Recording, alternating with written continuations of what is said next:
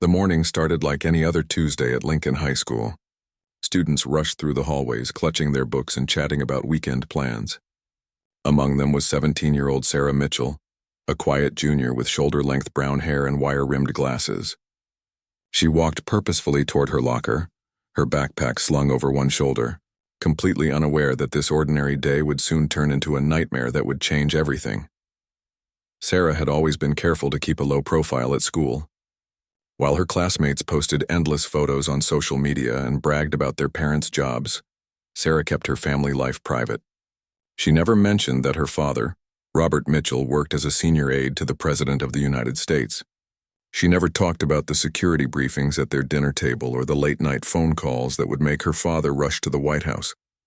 To everyone at Lincoln High, Sarah was just another regular student trying to get through high school without too much drama. That morning, as Sarah opened her locker, she noticed something strange. A small plastic bag had fallen out from behind her textbooks. She picked it up, confused, and examined it closely. Inside was a white, powdery substance that she didn't recognize. Her heart began to race as she realized this could be drugs, though she had no idea how they got into her locker. Sarah had never touched drugs in her life. She barely even drank soda, let alone experimented with illegal substances. Before she could process what to do next, she heard heavy footsteps approaching. Principal Henderson appeared with 2 police officers, their faces stern and official. Sarah's stomach dropped as she realized they were walking directly toward her. She quickly shoved the bag into her jacket pocket, hoping they hadn't seen it, but it was too late. "Sarah Mitchell," Officer Rodriguez asked, his hand resting on his belt. "We need to speak with you." Sarah's mouth went dry. "What about?" she managed to whisper, though her voice came out shaky and weak. "We received a tip about drug activity involving your locker," Officer Chen explained, pulling out a pair of handcuffs. "We're going to need you to come with us for questioning." The hallway seemed to go silent around them, though Sarah could feel dozens of eyes watching the scene unfold. Her classmates had stopped their conversations and were staring openly, some already pulling out their phones to record what was happening. Sarah felt her cheeks burn with embarrassment and fear. "I don't understand," Sarah said, her voice barely audible. "I haven't done anything wrong." Principal Henderson stepped forward, his expression showing no sympathy. "Sarah, we take drug possession very seriously at this school. The officers need to search your locker and your belongings." Officer Rodriguez began examining Sarah's locker, while Officer Chen kept watch over her. Sarah watched in horror as they pulled out her textbooks, notebooks, and personal items, laying everything out on the floor for everyone to see. Students had begun gathering in clusters, whispering and pointing. Some were definitely recording with their phones, and Sarah knew that by lunchtime, videos of her arrest would be circulating throughout the entire school. "Empty your pockets," Officer Chen instructed firmly. Sarah's hands trembled as she reached into her jacket pocket. She knew she had to hand over the bag she had found, but she also knew how bad it would look.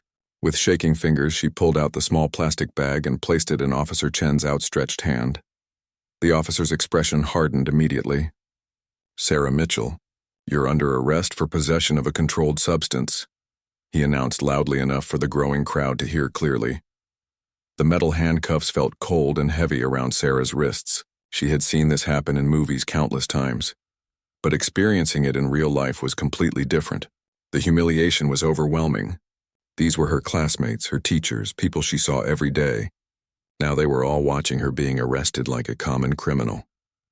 As the officers led her through the hallway toward the exit, Sarah caught glimpses of familiar faces in the crowd.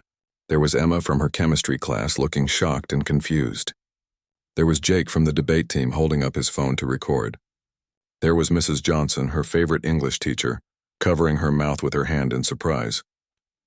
Each face felt like another layer of shame piling onto her shoulders. "I want to call my parents," Sarah said as they pushed through the heavy front doors of the school. "You'll get your phone call at the station," Officer Rodriguez replied without emotion. The police car was parked right in front of the school, where even more students had gathered at the windows to watch. Sarah ducked her head as Officer Chen placed his hand on top of her head and guided her into the back seat. The plastic seat smelled like disinfectant and fear. Through the window, she could see students pressing their faces against the glass, their phones held high to capture every moment of her humiliation.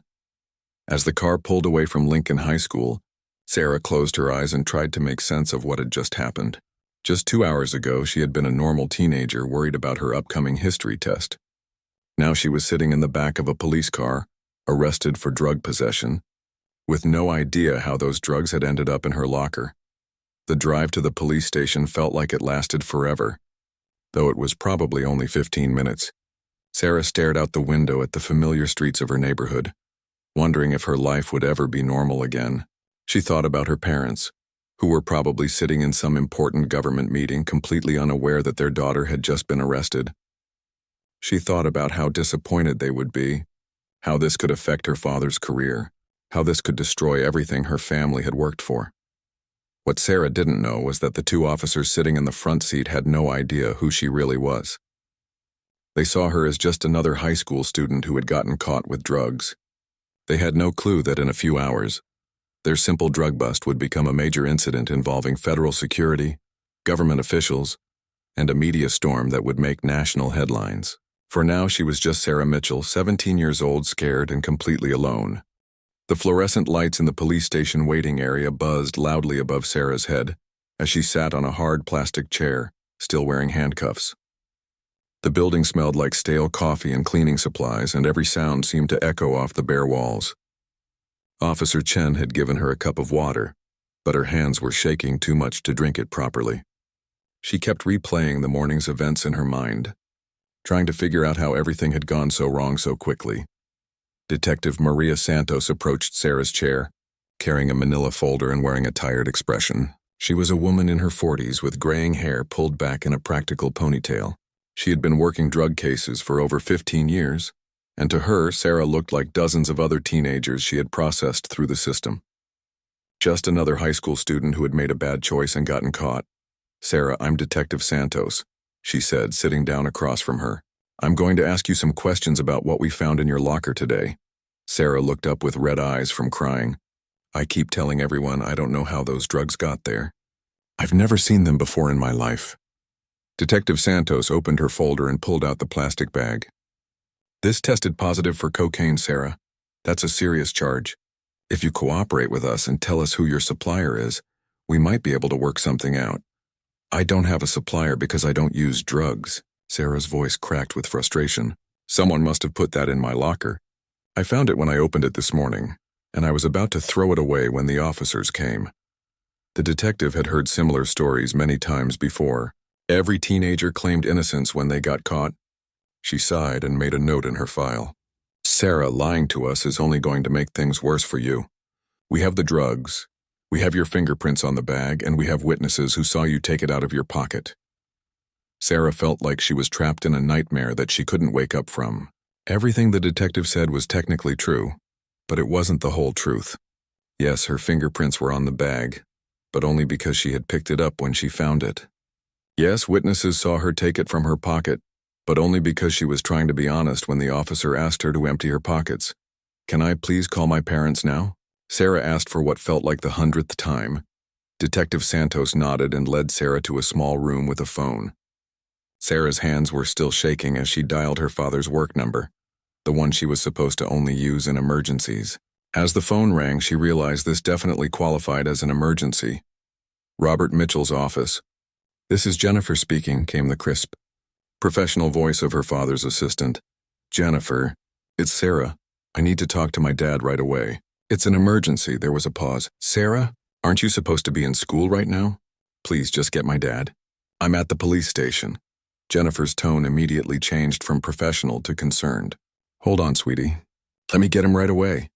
Sarah waited, listening to the hold music and trying not to cry again. Through the small window in the door, she could see Detective Santos talking to other officers, probably discussing her case. She wondered what they were saying, whether they believed her story, whether anyone would ever believe her story. "Sarah, what's going on? Are you hurt?" Her father's familiar voice came through the phone, filled with worry and confusion. The sound of his voice made Sarah break down completely. "Dad, I've been arrested. They think I had drugs at school, but I didn't. I don't know how they got in my locker. Everyone saw me get arrested, and I don't know what to do." There was a long silence on the other end of the line. Sarah could picture her father sitting in his office, probably surrounded by important government documents and staff members, trying to process what she had just told him. "Okay, sweetheart, listen to me carefully," he said, his voice becoming calmer and more controlled. "Don't say anything else to anyone until I get there. Do you understand? Don't answer any more questions, don't sign anything, don't make any statements. I'm going to call our lawyer and we'll be there as soon as possible. Dad, I'm scared. Everyone at school saw what happened. They all think I'm a drug dealer now. Sarah, we're going to figure this out. You're going to be okay. Just stay calm and wait for me." After hanging up, Sarah was led back to the waiting area, where she sat in silence for what felt like hours. She watched officers coming and going, processing other people who had been arrested for various reasons. A woman who had been caught shoplifting sat nearby, complaining loudly about how the store security guard had been too rough with her. A man in an expensive suit was arguing with a detective about a white-collar crime charge, insisting there had been some mistake. Sarah felt completely out of place among these people. She had never been in trouble before, never even gotten a detention at school. She was the kind of student who reminded teachers about homework they had forgotten to collect, and who stayed after class to help clean the whiteboards. The idea that she was now sitting in a police station, charged with drug possession, felt surreal and impossible. Meanwhile, across town, Robert Mitchell was having the most difficult conversation of his professional career. He sat in his office at the White House complex, speaking in hushed tones to his supervisor, trying to explain that his daughter had been arrested and that he needed to leave immediately. "Sir, I understand this is a personal matter, but we have the budget meeting with the president in 2 hours," his supervisor said, clearly frustrated by the timing. Robert Mitchell had worked in government for 20 years, and he had never let personal issues interfere with his professional responsibilities. But this was his daughter, and she needed him more than any budget meeting ever could. "I'm sorry, but I have to go. My 17-year-old daughter is sitting in a police station, accused of drug possession. She's never even had a sip of beer, let alone touched drugs. Something is very wrong here, and I need to be there for her." What Robert didn't realize yet was how quickly news would spread once his identity became known. He didn't know that by evening this story would be on the local news. He didn't know that by the next morning, national news outlets would be running stories about the presidential aide's daughter drug arrest. He didn't know that his family's private life was about to become very public, very quickly. For now, he was just a father rushing to help his scared teenage daughter, hoping that their family lawyer could sort out what seemed like a terrible misunderstanding before it got any worse. 2 hours later, the police station's quiet atmosphere was suddenly disrupted by the arrival of 3 black SUVs with tinted windows. Sarah looked up from her chair in confusion as several men in dark suits entered the building, flashing badges and speaking in urgent whispers to the desk sergeant. She had no idea that her father's position in the government came with certain protocols that automatically kicked in whenever a family member was involved in legal trouble. Detective Santos was in the middle of paperwork when Officer Chen approached, her desk with a concerned expression. "Maria, we might have a problem with the Mitchell case," he said quietly, glancing toward the front entrance where the suited men were gathered. "What kind of problem?" Detective Santos asked, not looking up from her files. "Turns out her father is Robert Mitchell, the Robert Mitchell who works as a senior aide to the president. Those are Secret Service agents, and they're asking a lot of questions about how we handled the arrest." Detective Santos felt her stomach drop. In her 15 years of police work, she had never dealt with anything involving government officials. She looked over at Sarah, who was still sitting in the waiting area, looking small and scared in her school clothes. The teenager certainly didn't look like someone from a powerful political family. Agent Thompson, the lead Secret Service officer, approached Detective Santos with a serious expression. "Detective, I need to understand exactly what happened during Miss Mitchell's arrest. This is now a matter that involves federal security protocols." "Federal security protocols?" Detective Santos repeated, confused. "This is just a simple drug possession case involving a high school student." Agent Thompson shook his head. "Nothing involving the family of a senior presidential aide is simple, Detective. We need to review all evidence, all procedures, and all personnel who were involved in this arrest." Sarah watched this conversation from across the room, feeling more confused than ever. She had always known her father had an important job, but she had never seen anything like this response before. The police officers who had seemed so confident and in control just a few hours ago now looked nervous and unsure. 20 minutes later, Robert Mitchell burst through the police station doors. followed by their family lawyer, David Brennan. Sarah had never been so happy to see her father in her entire life. He rushed over to her and pulled her into a tight hug, not caring about the handcuffs or the watching officers. "Are you okay, sweetheart?" he asked, examining her face for any signs of injury or distress. "I'm okay, Dad, but I'm scared. They think I'm a drug dealer, and everyone at school saw me get arrested. I keep telling them I don't know how those drugs got in my locker, but nobody believes me." David Brennan, an experienced criminal defense attorney who had worked with the Mitchell family for years, immediately took charge of the situation. He was a tall, imposing man with silver hair and a commanding presence that made everyone in the room pay attention when he spoke. "Detective Santos, I'm David Brennan, representing Sarah Mitchell. I want to see all evidence, all reports, and I want to know exactly what procedures were followed during my client's arrest," he announced in a voice that left no room for argument. As the lawyer and detective began discussing the case, Agent Thompson pulled Robert Mitchell aside for a private conversation. "Mr. Mitchell, we need to consider the possibility that this could be more than just a random drug possession case. Given your position and access to classified information, we have to examine whether this could be an attempt to compromise you or your family." Robert felt a chill run down his spine.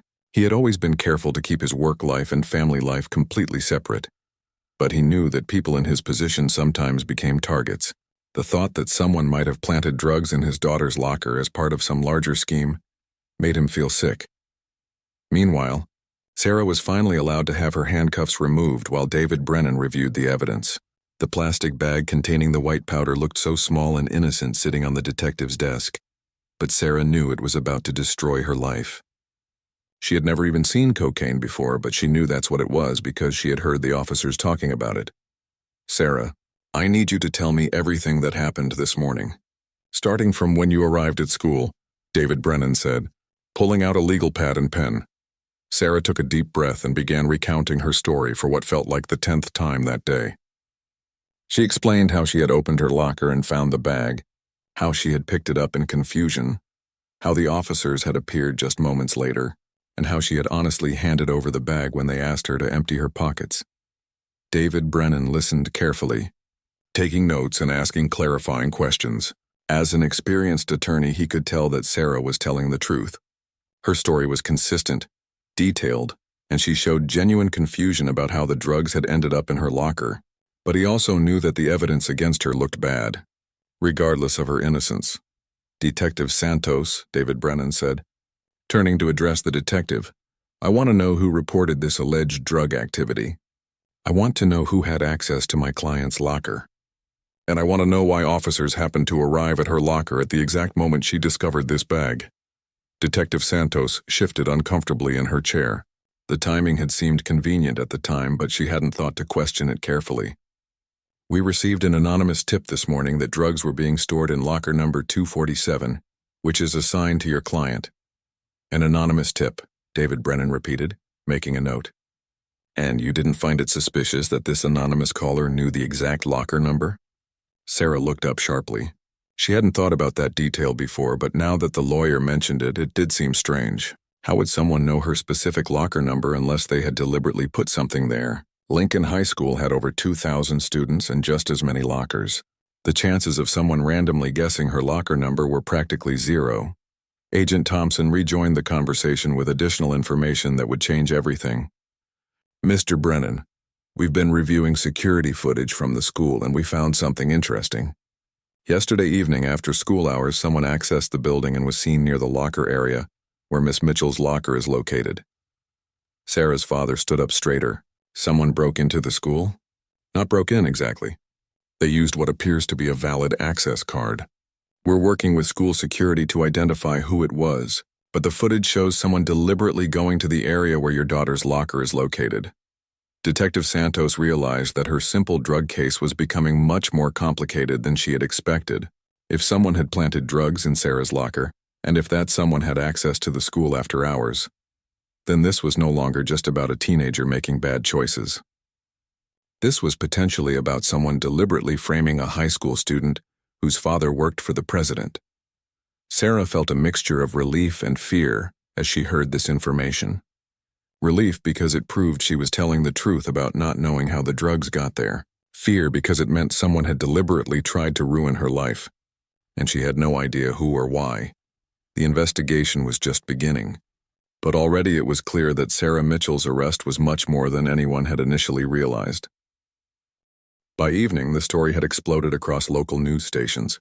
Sarah sat in her family's living room, watching in horror as reporters stood outside Lincoln High School, discussing her arrest on live television. The news anchor's voice filled the room as she spoke directly into the camera. A 17-year-old student at Lincoln High School was arrested today on drug possession charges. The student has been identified as Sarah Mitchell, daughter of Robert Mitchell, a senior aide to the president. Sources confirm that federal agents are now involved in the investigation, though the exact nature of their involvement remains unclear. Sarah's mother, Linda Mitchell, had rushed home from her job as a hospital nurse as soon as she heard the news. She sat beside her daughter on the couch, holding her hand and trying to process how their quiet family life had suddenly become the subject of national news coverage. "Turn it off, Robert," Linda said to her husband, who was standing near the television with his arms crossed, watching the coverage with a grim expression. "We need to know what they're saying about us," Robert replied, though his voice showed how much the situation was affecting him. "This could impact my security clearance, my job, everything we've worked for." Sarah felt a crushing weight of guilt settling on her shoulders. Not only had she been humiliated at school and arrested for something she didn't do, but now her father's career was potentially in jeopardy because of her. She knew how hard he had worked to reach his position in the government, and the thought that her situation might destroy his future made her feel sick. Meanwhile, at Lincoln High School, Principal Henderson was dealing with his own crisis. Parents were calling constantly, demanding to know how drugs had ended up in the school and whether their own children were safe. The school board had already scheduled an emergency meeting, and Henderson knew his job might be on the line if he couldn't provide satisfactory answers. The school's security footage had revealed more disturbing information. The person who had accessed the building after hours had used a staff access card, which meant either a school employee was involved, or someone had stolen or copied a staff member's card. The individual on the security camera was wearing dark clothing and a baseball cap that obscured their face, making identification nearly impossible. Detective Santos was working late into the evening, reviewing every piece of evidence with new eyes. What had started as a routine drug bust was now a complex investigation involving potential conspiracy, federal security concerns, and media attention. She had called in additional detectives to help with the case, and they were systematically reviewing everyone who had access to the school and everyone who might have had a motive to frame Sarah Mitchell. "Detective, we got something," Officer Rodriguez said, entering Santos's office with a file folder. "We interviewed the custodial staff, and one of them mentioned seeing a person near the lockers yesterday evening when he was leaving. He said it looked like someone who worked at the school, but he couldn't identify who." Detective Santos opened the folder and reviewed the custodian's statement. The man, who had worked at Lincoln High for 12 years, said he had noticed someone in the hallway around 7 o'clock in the evening, about 2 hours after school had officially closed. He had assumed it was a teacher staying late to work, which wasn't uncommon, so he hadn't thought much about it at the time. Back at the Mitchell house, David Brennan had arrived for a strategy meeting. He spread legal documents across the dining room table while the family gathered around to discuss their options. Sarah felt overwhelmed by all the legal terminology, but she understood enough to know that her situation was serious. "The good news is that the security footage supports Sarah's version of events," David explained. "It shows that someone else had access to the school and was in the area of her locker. The bad news is that we still need to prove Sarah's innocence, and that's always challenging in drug possession cases." Robert Mitchell looked exhausted. He had spent the afternoon dealing with calls from his supervisors, explaining the situation and trying to minimize any potential impact on his security clearance. The government took these matters very seriously, and even though Sarah hadn't been convicted of anything, the mere association with drug charges could affect his ability to access classified information. "What are our options?" Linda Mitchell asked, her nurse's training helping her stay focused on practical solutions even in the midst of crisis. "We push for a thorough investigation," David replied. "We demand that police identify who used that access card. We review all security footage and we investigate who might have had a motive to frame Sarah. This wasn't random. Someone specifically targeted her, and we need to find out who and why." Sarah had been quiet during most of the conversation but finally spoke up. What if we never find out who did this? What if everyone always believes I'm guilty? The question hung in the air like a heavy cloud. Even if the legal charges were eventually dropped, Sarah's reputation had already been damaged. Videos of her arrest were circulating on social media, and she knew that returning to school would be incredibly difficult. Some of her classmates would always remember her as the girl who got arrested for drugs, regardless of what the investigation ultimately revealed. David Brennan leaned forward and looked Sarah directly in the eyes. Sarah, I've been doing this for 25 years, and I can tell when someone is lying to me. You're not lying. Someone did this to you, and we're going to find out who. It might take time and it might be difficult, but we're going to clear your name. That night, Sarah lay in bed staring at the ceiling, unable to sleep. She kept thinking about how quickly her life had changed. Just 24 hours ago, her biggest worry had been a chemistry test she wasn't prepared for. Now she was facing drug charges. Her father's career was in jeopardy, and her family was the subject of news coverage across the country. She also couldn't stop thinking about who might have done this to her. Sarah had always been a quiet student who avoided drama and conflict. She couldn't think of anyone who disliked her enough to try to destroy her life in such a deliberate way.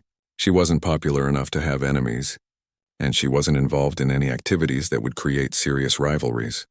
But someone had known her locker number, had gained access to the school after hours, had planted drugs in her locker, and had called in an anonymous tip at exactly the right time to ensure she would be caught. This level of planning and knowledge suggested someone who knew her routine, someone who had been watching her, someone who wanted to see her arrested and humiliated. As Sarah finally drifted off to sleep in the early morning hours, she had no idea that the investigation was about to take another dramatic turn. New evidence would soon emerge that would shock everyone involved and reveal a motive that no one had anticipated.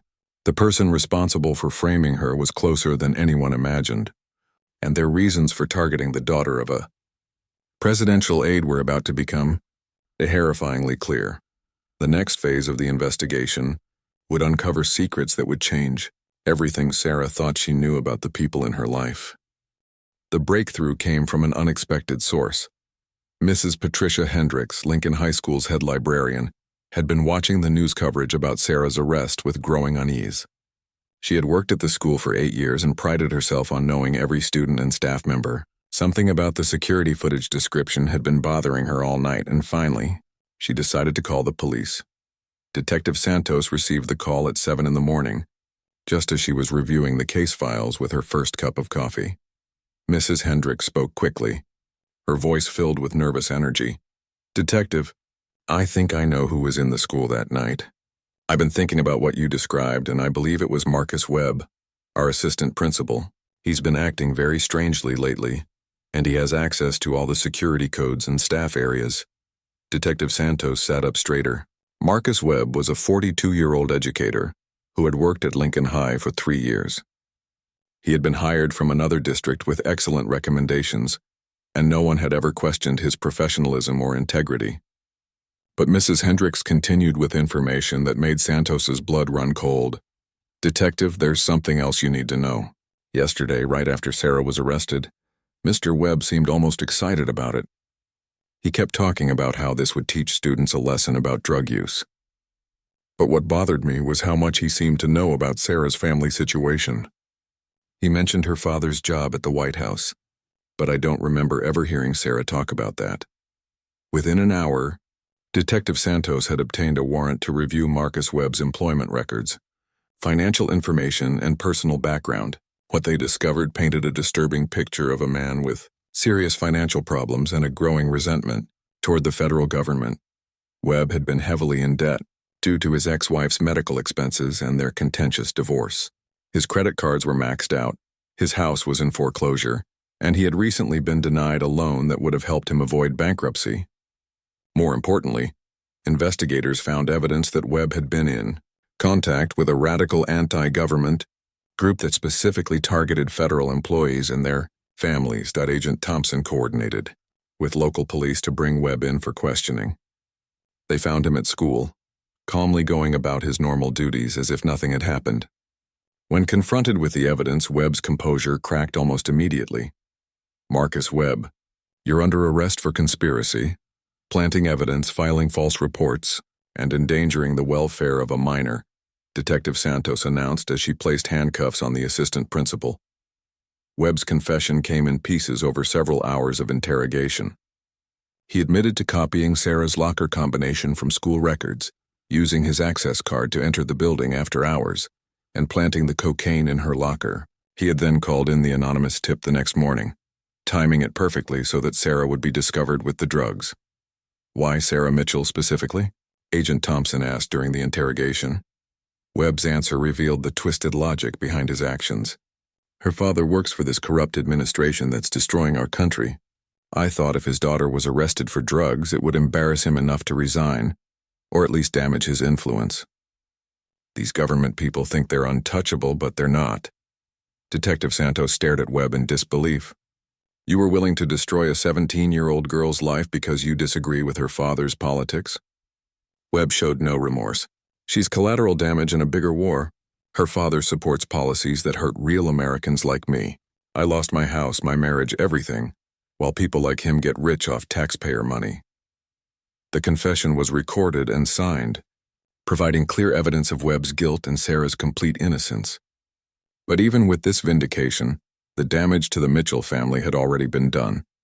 Sarah's arrest had been broadcast on national news, and the story had taken on a life of its own in social media and online forums.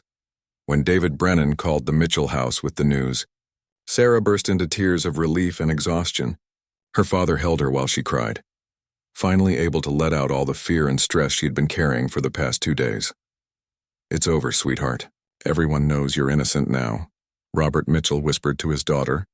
But Sarah knew it wasn't really over. She still had to face returning to school, where videos of her arrest continued to circulate among students. She still had to deal with the fact that her private family life had become public knowledge, and she still had to process the traumatic experience of being handcuffed, arrested, and publicly humiliated for something she didn't do. The media coverage of Webb's arrest was extensive, but Sarah noticed that it didn't receive nearly as much attention as her original arrest had. The story of her innocence was buried on inside pages and mentioned briefly on evening news programs, while the initial story of her arrest had been front-page news and lead stories on television. Principal Henderson held a school assembly to address the situation and formally apologize to Sarah and her family. He stood at the podium in the auditorium, facing hundreds of students who had witnessed or heard about Sarah's arrest. Lincoln High School deeply regrets the actions of former assistant principal Marcus Webb, Henderson announced. Sarah Mitchell is completely innocent of any wrongdoing, and we apologize for the trauma she has endured. We are reviewing all our security procedures to ensure nothing like this ever happens again. The assembly felt surreal to Sarah, who sat in the audience listening to the principal apologize for something that had nearly destroyed her life. Some students applauded, but she could still see others whispering and pointing at her. She knew that no matter what official statements were made, some people would always remember her as the girl who got arrested for drugs. Marcus Webb was eventually sentenced to 3 years in prison for his crimes. He lost his teaching license, his pension, and any remaining credibility in the education field. During his sentencing hearing, he showed no remorse for what he had done to Sarah, continuing to justify his actions. As part of his political ideology, the federal investigation revealed that Webb had been in contact with other anti-government extremists who had discussed similar plans to target the families of federal employees. Agent Thompson's team identified several other potential threats, leading to multiple arrests and preventing what could have been additional attacks on innocent families. For Sarah, the vindication felt hollow. She had been proven innocent, but the experience had changed her fundamentally.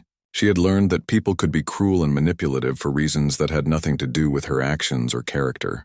She had discovered that her father's job, which she had always seen as noble and important, could make her a target for people who wanted to hurt her family. The psychological impact of the false accusation would take months to fully process. Sarah found herself constantly looking over her shoulder, wondering if other people might be watching her or planning to hurt her family. She had trouble trusting new people and became hyper-aware of her surroundings in ways that no teenager should have to be.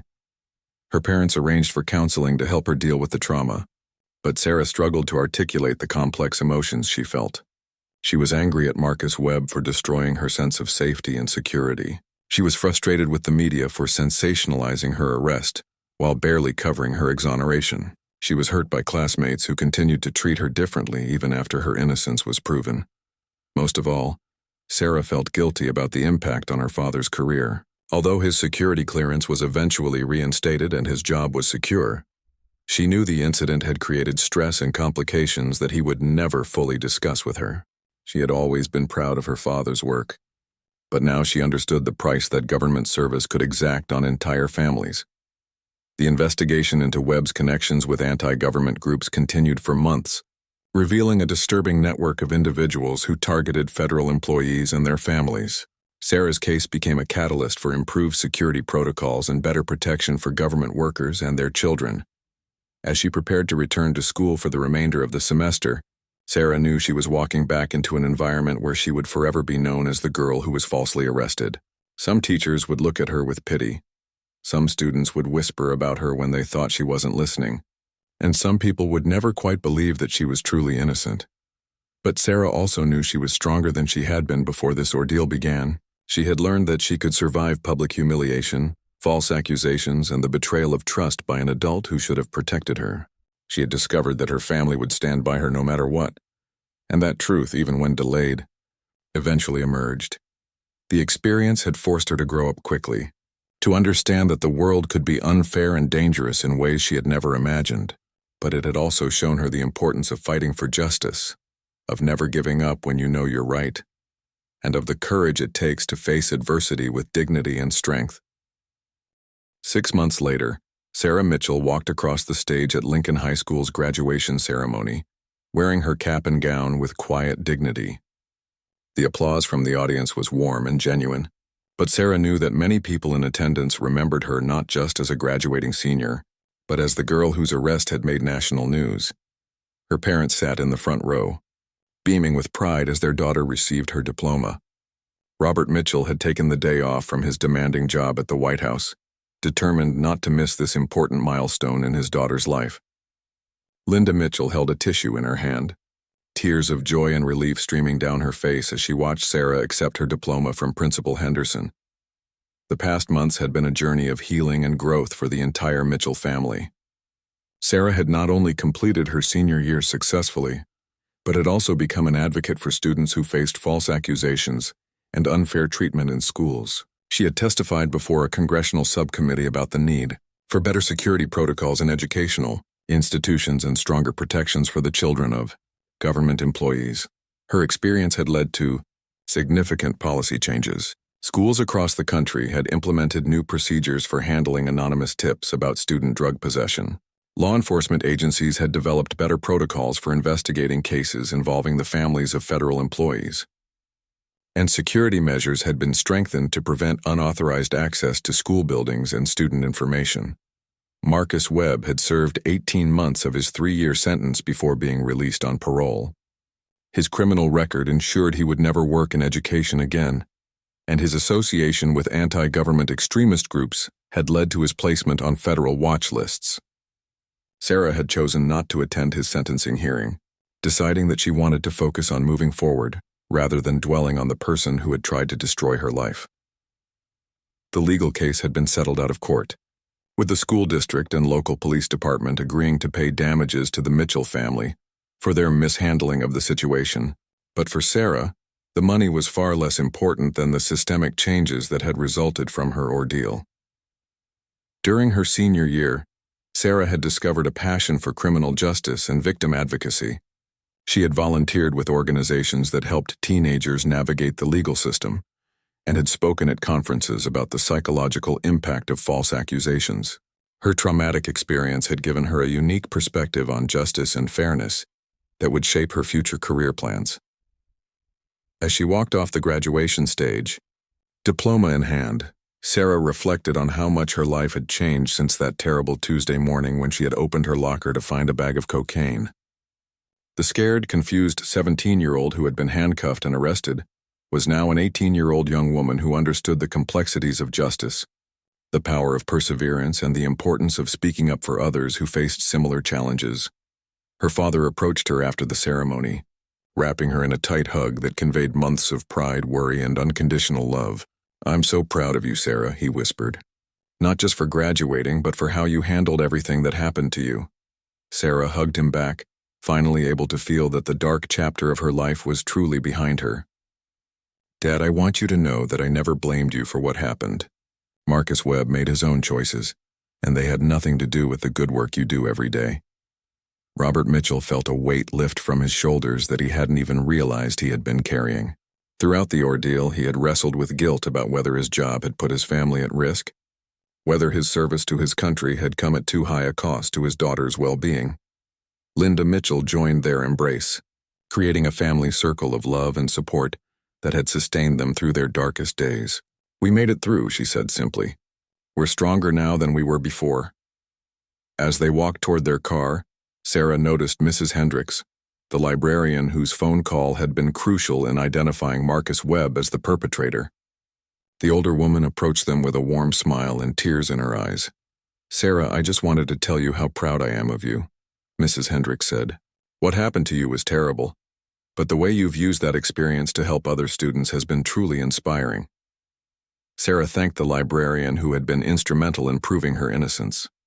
She had learned that sometimes the most important allies come from unexpected places, and that speaking up when something seems wrong can make all the difference in someone else's life. That evening, the Mitchell family celebrated at Sarah's favorite restaurant, toasting her graduation and her acceptance to college where she planned to study criminal justice. The conversation was light and hopeful, focused on future plans rather than past trauma. Sarah looked around the table at her parents and felt overwhelmed with gratitude for their unwavering support.